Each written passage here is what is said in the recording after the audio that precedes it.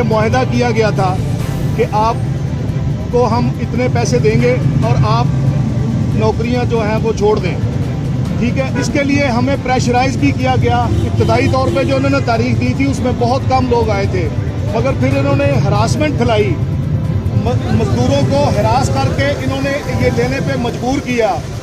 चले वो तो जो हो गया, जिसने ले लिया।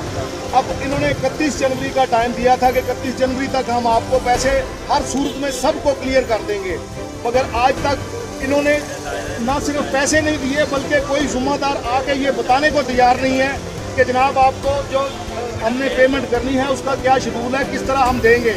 ये तकरीबन 1 लाख से ज़्यादा जो लोग हैं इनके साथ जुड़े हुए हैं, इनकी फैमिलीज के साथ जुड़े हुए हैं, तो उनको सबको ये अपील करते हैं। और इब्तदाई तौर पे तो हम अपील ही कर सकते हैं कि जनाब जो आपने एग्रीमेंट किया था वो ये था कि ये पैसे ले ले, ये नौकरी छोड़ दे।